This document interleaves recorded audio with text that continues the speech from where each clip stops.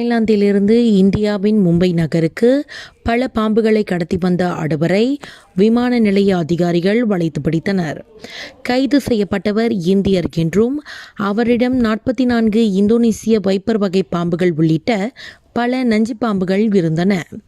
பாம்புகளை தனது பயண பெட்டிக்குள் அடைத்து வைத்திருந்தார் என்று மும்பை சுங்கத்துறை அதிகாரிகள் அறிக்கை வெளியிட்டனர். மற்ற விவரங்கள் வெளியிடப்படவில்லை. அவரிடம் 5 ஆமை குஞ்சுகள், 3 சிலந்தி வகை வைப்பர் பாம்புகளும் இருந்தன. கைப்பற்றப்பட்ட பாம்புகளின் படங்களை அதிகாரிகள் வெளியிட்டனர். பாம்புகள் நீலம், மஞ்சள் உள்ளிட்ட வண்ணங்களில் இருந்தன.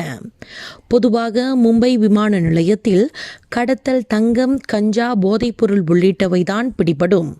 பாம்புகள் போன்ற ஊர்வனங்கள் பிடிபடுவது அரிதான ஒன்று என்று அதிகாரிகள் கூறினர். கடந்த பிப்ரவரி மாதம் மும்பை விமான நிலையத்தில் 5 குட்டி குரங்குகளை கடத்தி வந்த நபர் கைது செய்யப்பட்டார். அந்த குரங்குகள் இந்தோனேசியா, மலேசியா, தாய்லாந்து காடுகளில் இருக்கக்கூடியவை என்று அவர் மேலும் விளக்கினார்.